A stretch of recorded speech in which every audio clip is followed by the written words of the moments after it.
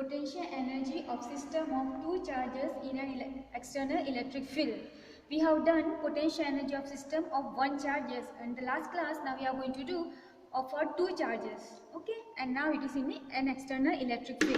Okay, so what we are going to do is we calculate potential energy of two charges q1 and q2 with position vector r1 and r2 in an external field. Okay, yesterday what we did was one charge. So when we did one charge, I am bringing this q1 from infinite and there is electric field existing here at r1 distance. Okay, so what happens when I bring here on this point, there is already potential because of the electric field which is existing. Then what will be the work done? The charge into the potential, so q1 into vr1. Okay, so the work done in bringing q1 from infinite to this point, in the presence of electric field, the work done in bringing only one charge will be product of these two, potential into the charge, so q1 into vr1. I have written here work done in bringing q1 from infinite to r1 in the presence of external electric field, w1 is equal to q1 r1, vr1. Okay, now we are going to bring the second charge q2 from infinite. When I bring here, then it will have got potential because of this and also potential existing here. Okay, the existing potential because of the external field. Work done in bringing q2 to r2 from infinite, w2 is equal to work done on q2 against external field. Okay, so there is a potential because of the electric field which is existing. Okay, and that will be given by charge into the potential at that point. So I have written q2 charge I am bringing, and the potential at that point where I am bringing is vr2. r2 is the position vector of q2. Plus second one is that I am also bringing against the field of q1, because before there was no q1, but when we already brought q1, that means that also will create some electric field here. So at this point there will be electric field because of, or the potential because of the charge q1. Okay, so that will be given by 1 by 4 pi epsilon naught q1 q2 by r12. Okay, then r12 I am taking the distance between q1 and q2. Now this is W2 and W1. I want the total work done. So thus potential energy of a system equal to total work done in assembling the configuration of these two charges.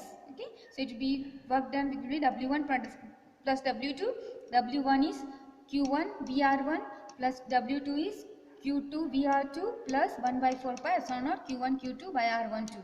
Okay, so this is the work done or potential energy when we are going to bring two charges. Okay, now we have got dipole. Okay, potential energy of a dipole in an external field. Here we brought two charges. Now suppose dipole means it has one has positive charge, one has negative charge. So what will be the potential energy of the dipole? Consider a dipole with charges minus q and q of length 2a and dipole moment p placed in a uniform electric field E. I have placed here. You can see here that this is a dipole minus q2 plus q. Okay, that this p is dipole moment. It is always from negative to positive sign, and the length of this dipole, the length means this distance between them is taken as 2a. It is making some theta angle with the electric field. This is electric field lines, and electric field is shown here. Now in uniform electric field, dipole experiences no net force but is experiences torque.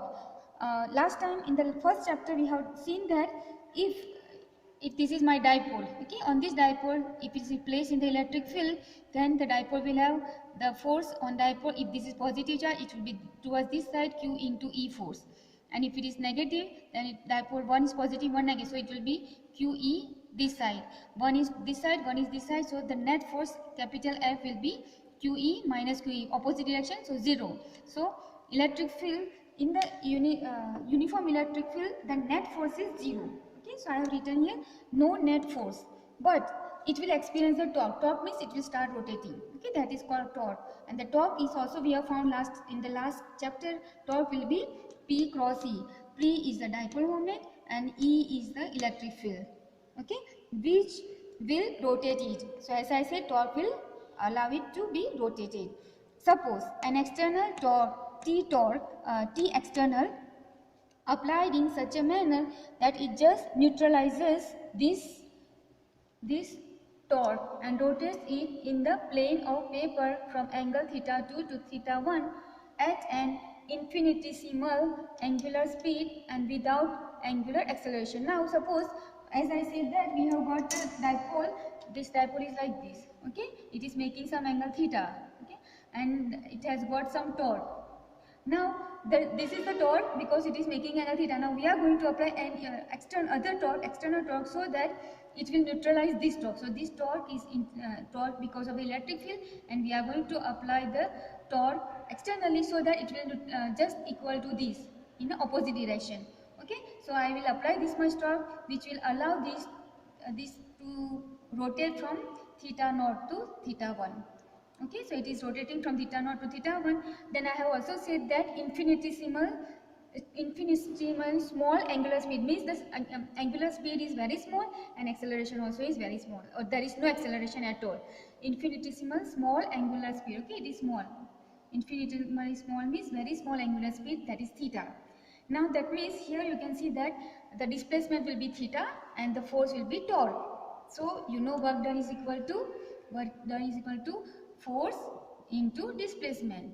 So force is torque and displacement we are going to take d theta. The small displacement is angular displacement, that is d theta. So I have written here, and since we are going to take it is from theta naught to theta 1, you take integral. So integral theta naught to theta 1 tau torque d theta, okay, and then this tau value will put as the P cross E. Okay, the previous question, because I am going to apply external torque equal to the torque which is because of the electric field. So this torque will be P cross E d theta. Now P cross E will become PE sin theta. You remove the cross sign, remove the vector sign, it becomes sin theta. Theta is the angle between P and E, and integral is from theta naught to theta 1 d theta.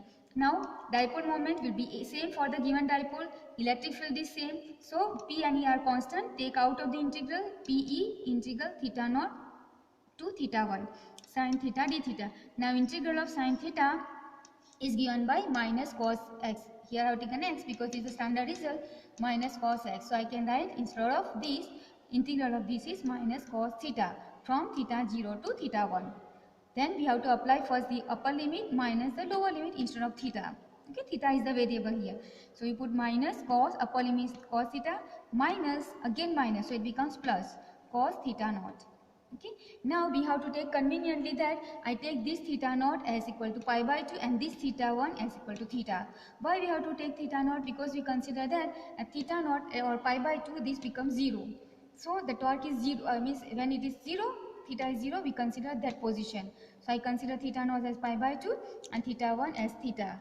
So what becomes this? Work done W is equal to P. I am taking minus common. So here this cos becomes positive.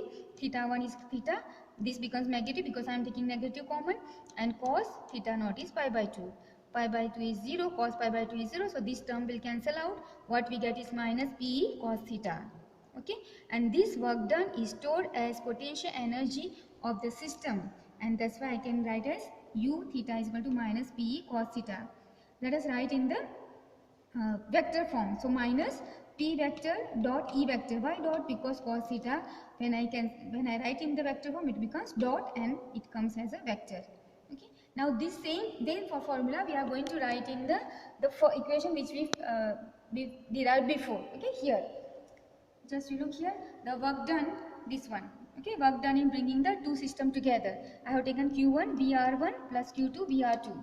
Now what happens? I'm going to write for the dipole only. So Q1 will be minus plus Q1 VR1. Suppose R1 is the position vector of Q.